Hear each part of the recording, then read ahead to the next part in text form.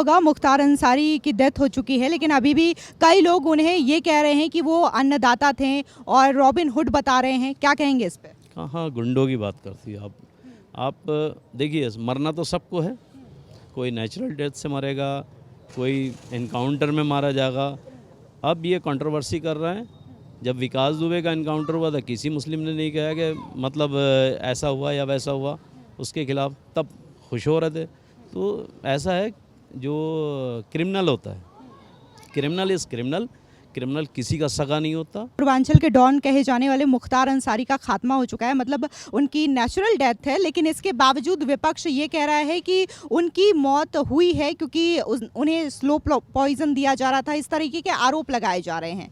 देखिए मैडम, उनका स्वास्थ्य ठीक नहीं था। विपक्ष को कोई मुद्दा तो चाहिए नहीं, उसको तो कुछ ना कुछ चाहिए। देखिए उनका जो टाइम आ गया था, अल्लाह ताला उनको जन्नत नसीब अता फरमाए, लेकिन ये विपक्ष के गलत है किसी भी सूरत से, क्योंकि माननीय प्रधानमंत्री जी, माननीय मुख्यमंत्री जी अच्छा काम कर रहे हैं। है जिन्होंने सर पे छत की है, हमने सब मुसलमानों ने यहाँ पर अहद कर लिया है कि अब की बार फिर से मोदी सरकार, और 400 पार का जो नारा दिया है उसमें हम सब लोग भी मुसलमान रामपुर के भागीदार बनना चाहते हैं। अच्छे हिंदुओं में से अखिलेश या मोदी जी में से एक को चुनना है, तो मैं कहता हूँ कि जब एक को चुनना है तो मोदी जी को चुनो, क्योंकि उन्होंने हमारे सर पे छत दी है, हमें स्वास्थ्य दिया है, अच्छी शिक्षा दी है। योगी जी ने हमें यहाँ पर सुरक्षा दी है, और ये जो मुहिबुल्लाह है। नमस्कार, स्वागत है आपका। आप देख रहे हैं प्यारा हिंदुस्तान और मैं रानी गुप्ता आपके साथ। इस वक्त हम मौजूद हैं उत्तर प्रदेश के रामपुर में। दरअसल ये रामपुर जो है वो समाजवादी पार्टी का गढ़ कहा जाता है। दरअसल हम पिछले कई दिनों से लगातार चुनावी सफर तय कर रहे हैं, खासकर जिस तरीके से लोकसभा चुनाव हो रहे हैं, ऐसे में तमाम पार्टी एक्टिव हो चुकी है और अपनी अपनी ओर से ऐसे उम्मीदवारों का चयन कर रही है जिसे इस चुनावी अखाड़े में उतारा जाए तो वो प्रत्याशी अपनी पार्टी के लिए जीत सुनिश्चित करके वापस आ सके। ऐसे में अगर हम उत्तर प्रदेश पहुंचते हैं तो यहां पर बाबा यानी कि योगी आदित्यनाथ का कार्यकाल जानना भी बहुत जरूरी हो जाता है कि आखिर पिछले 7 सालों में योगी आदित्यनाथ ने कैसा काम किया है, क्या उनका काम जनता को पसंद आ रहा है। जिस तरीके से दावे किए जाते हैं कि उनके शासनकाल में माफिया राज, गुंडागर्दी, ये तमाम चीजें खत्म हो चुकी है, तो क्या वाकई में ये चीजें उत्तर प्रदेश की आम जनता महसूस कर रही है, ये हम खुद यूपी के जनता से ही जानेंगे। लेकिन बात अगर हम रामपुर में है तो रामपुर की एक बार जो मुकाबला है उसके बारे में कर लेते हैं कि आखिर इस बार लोकसभा चुनाव को लेकर के रामपुर का समीकरण क्या होने वाला है। दरअसल आपको बता दें कि यहाँ पर रामपुर में उपचुनाव हुए थे जिसमें बीजेपी ने अपना प्रत्याशी घनश्याम सिंह लोधी को उतारा था। उन्होंने जीत सुनिश्चित कराई, तो ऐसे में एक बार फिर से बीजेपी ने घनश्याम सिंह लोधी पर अपना विश्वास फिर से जताया है। इसी के साथ ही हम कांग्रेस और सपा गठबंधन की बात करें तो उन्होंने दिल्ली की जामा मस्जिद के इमाम मुहिबुल्लाह नदवी को रामपुर से टिकट दिया है। इसके साथ ही हम बीएसपी की बात करें तो मायावती ने अपना प्रत्याशी जिशान खान को चुना है। यानी कि पूरी तरीके से यह मुकाबला त्रिकोणीय होता हुआ नजर आ रहा है। ऐसे में रामपुर की जनता क्या सोचती है, क्या इन चुनावों में बीजेपी जीतती है, सपा कांग्रेस का गठबंधन जीतता है या फिर मायावती की पार्टी जीतती है, ये हम सीधे जनता से ही जानेंगे कि आखिर उनका क्या कहना है। सर, क्या नाम है आपका? फरहत अली खान। कहाँ से हैं आप? मैं रामपुर से हूँ। अच्छा, रामपुर से हैं, तो ये बताइए कि इस बार यहाँ पर कौन जीतने जा रहा है? देखिए यहाँ पर जो है वो सारी पार्टियों ने वाकओवर दे दिया मोदी जी के और योगी जी के काम को, और यहाँ से घनश्याम लोधी ही चुनाव जीतने के लिए जा रहे हैं। आपको नहीं लगता कि जिस तरीके से मुस्लिम कैंडिडेट उतारा गया है सपा और कांग्रेस के गठबंधन के द्वारा, तो उनको फायदा हो सकता है, इससे बीजेपी को नुकसान हो? देखिए यहाँ सबसे बड़ा चेहरा आजम खान थे। अगर यहाँ सापा को किसी ने खड़ा किया तो आजम खान ने किया, और आजम खान को खड़ा किया यहाँ पर यहाँ के मुसलमानों ने। लेकिन अखिलेश ने आजम खान के साथ मक्कारी करके एक, अभी आप दिल्ली की जामा मस्जिद के नहीं है, वो एक दिल्ली में एक मस्जिद है, उसके इमाम पार्लियामेंट के पास है, उसके इमाम है मुहिबुल्लाह, तो उनको दे दिया। मतलब क्या रामपुर का कोई ऐसा बंदा था ही नहीं जो मुसलमानों की नुमाइंदगी करता। अब मुसलमानों को अच्छे हिंदुओं में से अखिलेश या मोदी जी में से एक को चुनना है, तो मैं कहता हूँ कि जब एक को चुनना है तो मोदी जी को चुनो, क्योंकि उन्होंने हमारे सर पे छत दी है, हमें स्वास्थ्य दिया है, अच्छी शिक्षा दी है। योगी जी ने हमें यहाँ पर सुरक्षा दी है, और ये जो मुहिबुल्ला है, ये प्राचा आ गए, कोई प्राचा करके हैं, बसपा वाले हैं, ये सब मुसलमानों पे ही दांव लगाएंगे। मतलब हम इनको वोट करें और फिर हम ही जलील हों। अखिलेश ने आज़म खां का कहना ना मान के उत्तर प्रदेश, रुहेलखंड और ये जो हमारा रामपुर है, इसके मुसलमानों को गाली दी है। अखिलेश ने हमारे साथ बहुत ही वो किया है, इसलिए अब हमने भी अच्छा मतलब जो जिन्होंने हमारा काम किया है, जिन्होंने सर पे छत की है, हमने सब मुसलमानों ने यहाँ पर अहद कर लिया है कि अब की बार फिर से मोदी सरकार, और 400 पार का जो नारा दिया है उसमें हम सब लोग भी मुसलमान रामपुर के भागीदार बनना चाहते हैं। सर, आपने एक न्यूज़ सुनी होगी, कल गुरुवार की रात को ही कार्डियक अरेस्ट से पूर्वांचल के डॉन कहे जाने वाले मुख्तार अंसारी की मौत हो गई है। तो इसको लेकर के क्या कहेंगे, क्योंकि विपक्ष लगातार इसको लेकर के सरकार पर सवाल उठा रहा है। देखें, ब्रिगेडियर उस्मान के वो नवासे थे, और अंसारी जो कांग्रेस के बड़े स्वतंत्रता संग्राम सेनानी थे, वो उनके जो थे वो पोते थे। तो लाजमी सी बात है कि उनको हमने खराज अक़ीदत दी थी, लेकिन रामपुर का नहीं, पूरे देश का मुसलमान किसी गुंडे को खराज अक़ीदत पेश नहीं करेगा। वो माफिया थे जिसे माननीय न्यायालय ने घोषित किया था। हम या मुसलमान हाँ ज़रूर ये कहेंगे कि उनके गुनाहों को अल्लाह बख्शे और उनको जन्नत में अच्छा मुकाम दे, लेकिन जो उन्हें गुनाह किए थे, आज जिनके संग उन्होंने जिनकी हत्याएं की थी, उन हत्यारों को भी इंसाफ मिला। और अल्लाह ने रमज़ान के महीने में दिखा दिया कि जिसको चाहते हैं हम जब बुला लेते हैं। अल्लाह ने बुला लिया। इस पर किसी भी मुसलमान का या रामपुर के मुसलमान का कोई रिएक्शन नहीं है। सर, क्या नाम है आपका? जफ़र नाम है। कहाँ से आप? रामपुर से ही हूँ। अच्छा, रामपुर से कौन जीत रहा है? देखिए, जीत हार का फैसला तो बाद में होगा, लेकिन उसके लिए ये बता दूं कि सपा से और कांग्रेस भी यहाँ काफ़ी टाइम रही, जब तक मिक्की मियाँ थे, और सपा से तो दिल उब चुका है लोगों का। उसकी वजह रही कि कभी अखिलेश के पास लोगों ने शिकायत भी करी तो उन्होंने कि आज़म खान के ख़िलाफ़ हम नहीं बोलेंगे। और आज़म खान ने जो यहाँ गदर काटा है वो किसी से छुपा हुआ नहीं है। हमारे मोहल्ले के कम से कम 42 घर तोड़ दिए, तो उससे तो मोह भंग हो चुका है बिल्कुल।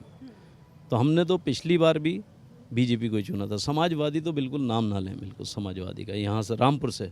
बाकी कहाँ आती है कहाँ जाती है उसका मतलब नहीं है, लेकिन रामपुर से तो नहीं जीतेगी, क्योंकि कोई अब दिलचस्पी नहीं है समाजवादी की। क्योंकि जो लोग उनके साथ थे, आज़म खां के साथ रहते थे, उनका भी दिल मतलब पक चुका है उससे, समाजवादी से। और अभी तो आज़म खां भी नहीं है, तो इसलिए तो उनकी पार्टी में भी खंडा पड़ा हुआ है। कोई टिकट के मारे मारा फिर रहा था, कोई किसी चीज़ के लिए। बहरहाल समाजवादी का कोई रोल नहीं है।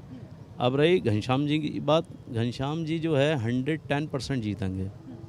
क्यों? क्योंकि अभी जो समाजवादी ने कैंडिडेट उतारा है वो भी बाहर का है, कोई हमारे यहाँ शहर का तो है नहीं।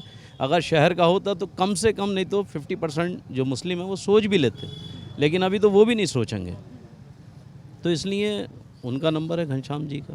आपको नहीं लगता कि जिस तरीके से सपा और कांग्रेस का जो गठबंधन है, उन्होंने एक मुस्लिम प्रत्याशी को उतारा है, तो इससे भी वोट नहीं कटने वाला, बीजेपी में ही जाएगा वोट?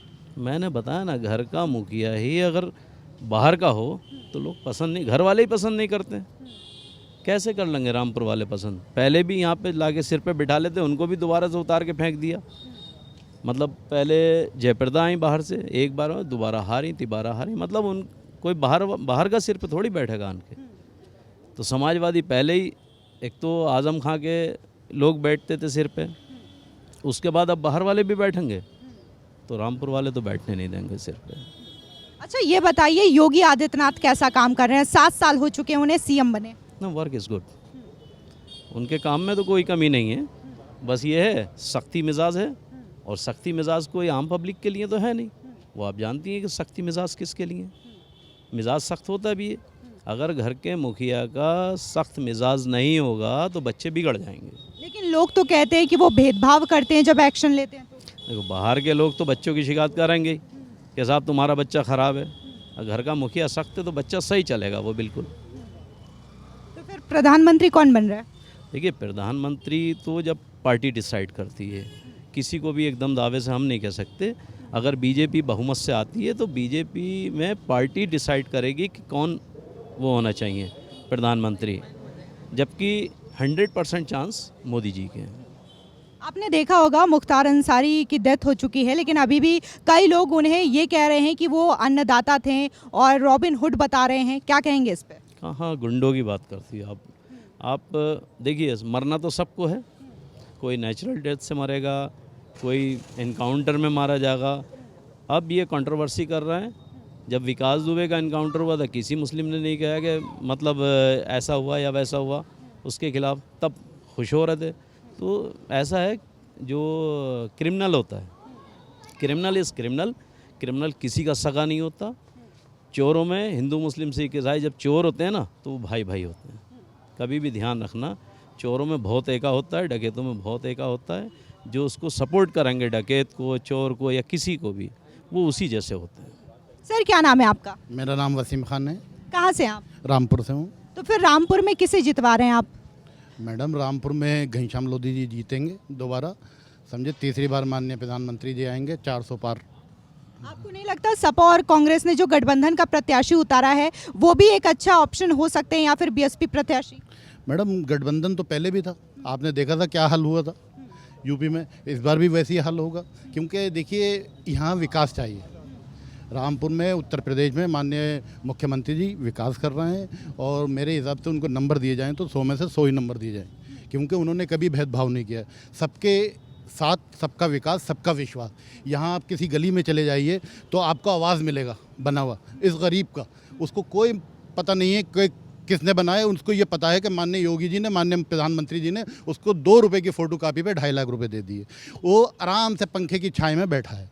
उससे आप किसी भी गली में चले जाइए, उस पर तख्ती मिलेगी योगी जी की और मोदी जी की। तो उसको वोट उस भारतीय जनता पार्टी को देगा, क्या समाजवादी को देगा? लेकिन विपक्ष तो कहता है कि जब योगी आदित्यनाथ एक्शन लेते हैं तो वो एक खास वर्ग को टारगेट करते हैं। ऐसा है ना मैडम, सब जब आदमी जो होता है, जो गलत होगा उसको होगा, समझे नहीं। यहाँ पे तो किसी भेदभाव नहीं होता। यहाँ तो आज 18,000 आवास बने, 14,000 तो मुस्लिम के बने। यहाँ तो कोई भेदभाव नहीं हुआ कि किसका देना है किसका नहीं। राशन मिल लिया तो ये भेदभाव तो है नहीं।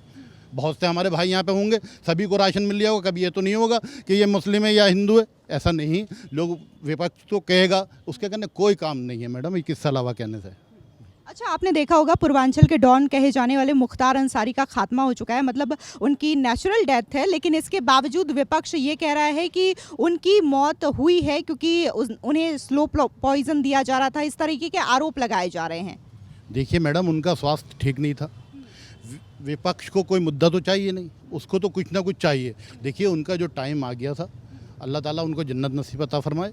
लेकिन ये विपक्ष के गलत है किसी भी सूरत से, क्योंकि माननीय प्रधानमंत्री जी, माननीय मुख्यमंत्री जी अच्छा काम कर रहे हैं, अच्छा विकास कर रहे हैं, अच्छी है। विपक्ष का यही काम है कहने का।